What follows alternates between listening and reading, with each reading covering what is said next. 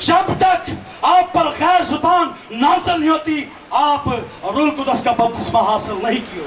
اور روح القدس کے بپتسمے کی نشانی، اس قوت کے لباس کی نشانی غیر زبانی ہے. اور بعض لوگ کہتے ہیں کہ روح القدس ایک دفعہ ہی نازل ہونا تھا، وہ ہو گیا.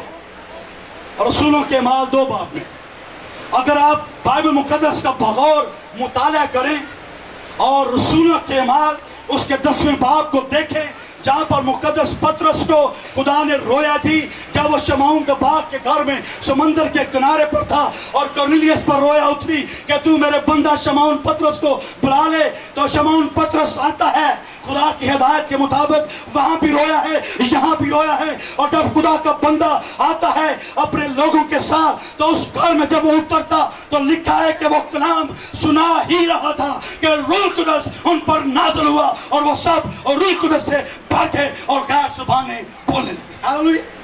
اس کا مطلب خدا کا روح نازل ہوتا رہتا ہے. ہاللویا.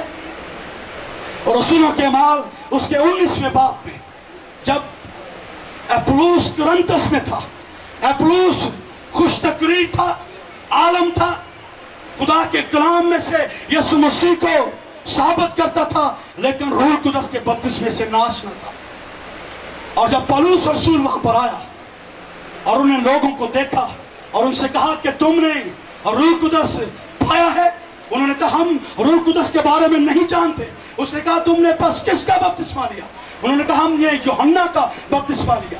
پولس نے منادی کی کہ تم یسوع مسیح کے نام کا بپتسمہ لو، تو انہوں نے یسوع مسیح کے نام کا بپتسمہ لیا. تو لکھا ہے پولس نے ان پر ہاتھ رکھے اور وہ سب روح القدس سے بھر گئے اور غیر زبانیں بولنے لگے. یہ حوالہ جات اس لیے میں کوٹ کرا رہا ہوں کہ آپ سمجھ سکیں کہ جہاں پر بھی روح القدس نازل ہوا ہے وہاں پر غیر زبانیں اتری ہیں. میں ایک شخص کو جانتا ہوں، اس شخص نے میرے ایک دعائیا پارٹنر پاسٹر وحید بہادر ہیں، ان سے کہا کہ میں تب خدا کو مانوں گا کہ میں آپ کی میٹنگ میں چپ بیٹھا رہوں اور خدا کا روح مجھ پر آئے اور میری زبان کھل جائے اور میں غیر زبانیں بولنا شروع ہو گا. خدا کے بندہ نے چیلنج کو قبول کیا اور اس کے لیے دعا کرنا شروع کر دی. اور رات 10 کا ٹائم تھا، میٹنگ اپنے عروج پر تھی اور خدا نے اپنی قدرت کو اس نوجوان پر ہونڈیلنا شروع کیا اور اس کی زبان کھلی اور وہ صبح 1 بجے سے لے کر صبح 6 بجے تک غیر زبانوں میں دعا کرتا. ہاللویا. یہ خدا اپنے جلال کو ہونڈیلتا، اپنے کلام کو ثابت کرتا ہے، کیونکہ خدا چاہتا ہے کہ وہ قوت کا لباس جو چھن گیا تھا وہ ہمیں دوبارہ مل جائے. لیکن اس کے لیے کوشش ہم نے کرنی ہے. جو خدا کا وعدہ ہے وہ قائم ہے، کیونکہ خدا کا کلام برحق ہے، سچا ہے. خدا اپنے کلام کو پورا کرنا چاہتا ہے. لیکن جب میں خدا کو لائق طور سے قبول نہیں کروں گا، اس کے کلام کو فالو نہیں کروں گا، تو پھر مجھے وہ قوت کا لباس نہیں مل سکتا. بھائی آپ میرے ساتھ یہ خدا کا کلام ڈرامائی انداز میں آپ کے لیے بیان کرنا چاہتا ہوں.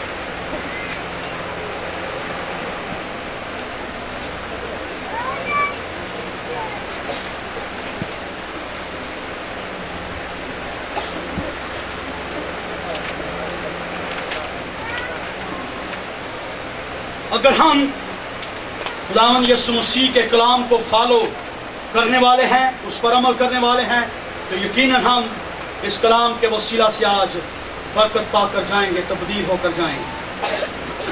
اس کے پاس اگر کینچی ہے یا چھٹا کوئی ہو سکتا ہے تو مجھے دے دیں پلیز.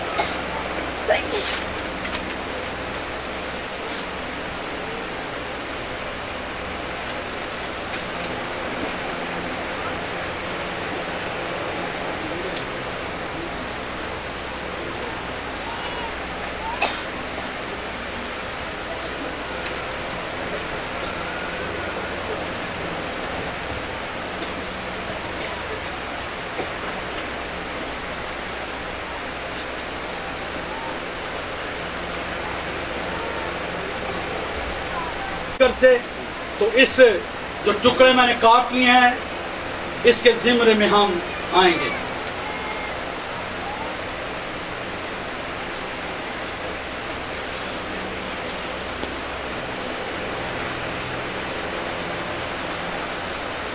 اگر ہم خداوند یسوع مسیح کو شخصی نجات دہندہ قبول نہیں کرتے، نامی مسیحی ہیں، ہم میں صرف لیبل ہے کہ ہم کرسچن گھرانے میں پیدا ہوئے، ہم رسومات کو مانتے ہیں، لیکن ہم خدا کے کلام کو جو سچا کلام ہے اس پر عمل نہیں کرتے، تو پھر ہمارا انجام کیا ہے؟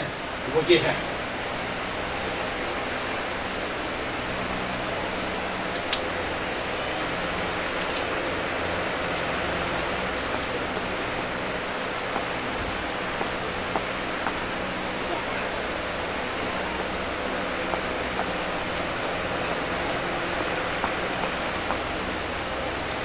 یہ بڑے غور سے دیکھیں، میں نے کوشش کی کہ مجھے یہاں پر سامان مل جائے۔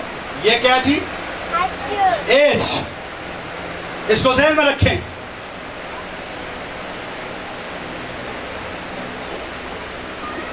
اور یہ لفظ کیا بنتا ہے جی؟ ای، ایچ ای۔ اور یہ کیا جی؟ ڈبل ایل، ہیل، دوزخ، گو ٹو ہیل۔ اگر ہم خدا کے کلام کو فالو نہیں کرتے، اگر ہمارے پاس قوت کا لباس نہیں ہے، تو ہم دوزخ کے انتظار میں رہیں، ہم پولیس کی بادشاہت کے شاری ہیں۔ لیکن اگر ہم قوت کے لباس کو حاصل کرنا چاہتے ہیں تو راہ نجات صرف ایک ہی ہے، اور وہ راہ نجات یہ ہے۔ یہ کیا جی؟ صلیب۔ صلیب کا پیغام ہلاک ہونے والوں کے نزدیک تو بیوقوفی ہے، لیکن ہم نجات پانے والوں کے لیے خدا کی بڑی قدرت ہے، خدا کی بڑی بخشش ہے۔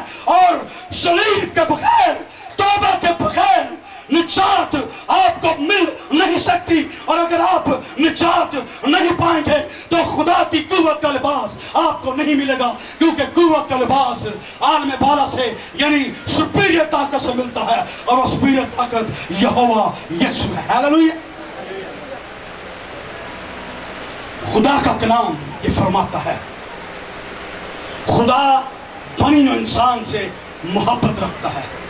اس نے دنیا سے ایسی محبت رکھی کہ اس نے اپنا اکلوتا بیٹا بخش دیا، تاکہ جو کوئی اس پر ایمان لائے ہلاک نہ ہو بلکہ ہمیشہ کی زندگی پائے۔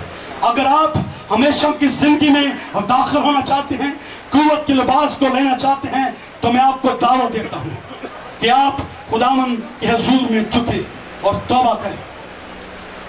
اگر آپ روح القدس حاصل کرنا چاہتے ہیں،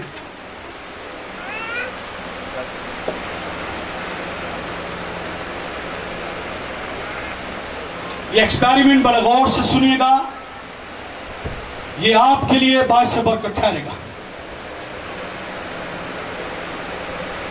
اگر ہم توبہ کر لیتے ہیں لیکن ہماری حرکات و سکنات ویسی ہی ہیں، خدا کے روح کا بہاؤ اس پانی کی مانت ہے، یہ بہتا رہتا ہے، یہ ہمارے لیے ہے۔ اس کا روح القدس کا نزول، روح القدس کی معمولی، روح القدس کی حضوری متواتر بہ رہی ہے، لیکن میری زندگی کیا جی؟ گناہ آلودہ ہے، میری زندگی میں ٹھیک بن نہیں ہے۔ اور جب میں خداوند یسوع مسیح کو شخصی نجات دہندہ قبول کرتا ہوں کہ میرے خدا، میں تیرے حضور میں اقرار کرتا ہوں کہ میں گنہگار ہوں، میرے باؤ اجداد نے گناہ کیا، میں ان کی بدیوں بدکاریوں کو، اپنی بدیوں بدکاریوں کو مانتی ہوں، تو خداوند یسوع مسیح کا لہو ہر لمحہ وہ اویلیبل ہے کہ وہ آپ کے پاپوں کو دھو دے۔ اور جب وہ آپ کے گناہ کو، بدی کو اپنے لہو سے دھوتا ہے تو آپ کی زندگی کیا ہو جاتی ہے جی؟ خالی ہو جاتی ہے۔ ہاللیلویہ۔ اور بہاؤ روح القدس کا ویسا ہی ہے، اور وہ بہاؤ آپ کی زندگی میں آنا شروع ہو جاتا ہے، آپ قوت کے لباس سے لبریز ہو جاتے ہیں، اور یہ قوت آپ کی زندگی کو معمور کر دیتی ہے، اور نہ صرف آپ کی زندگی کو معمور کرتی ہے بلکہ آپ کی زندگی سے امت کا دوسروں تک پہنچتی ہے۔ ہاللیلویہ۔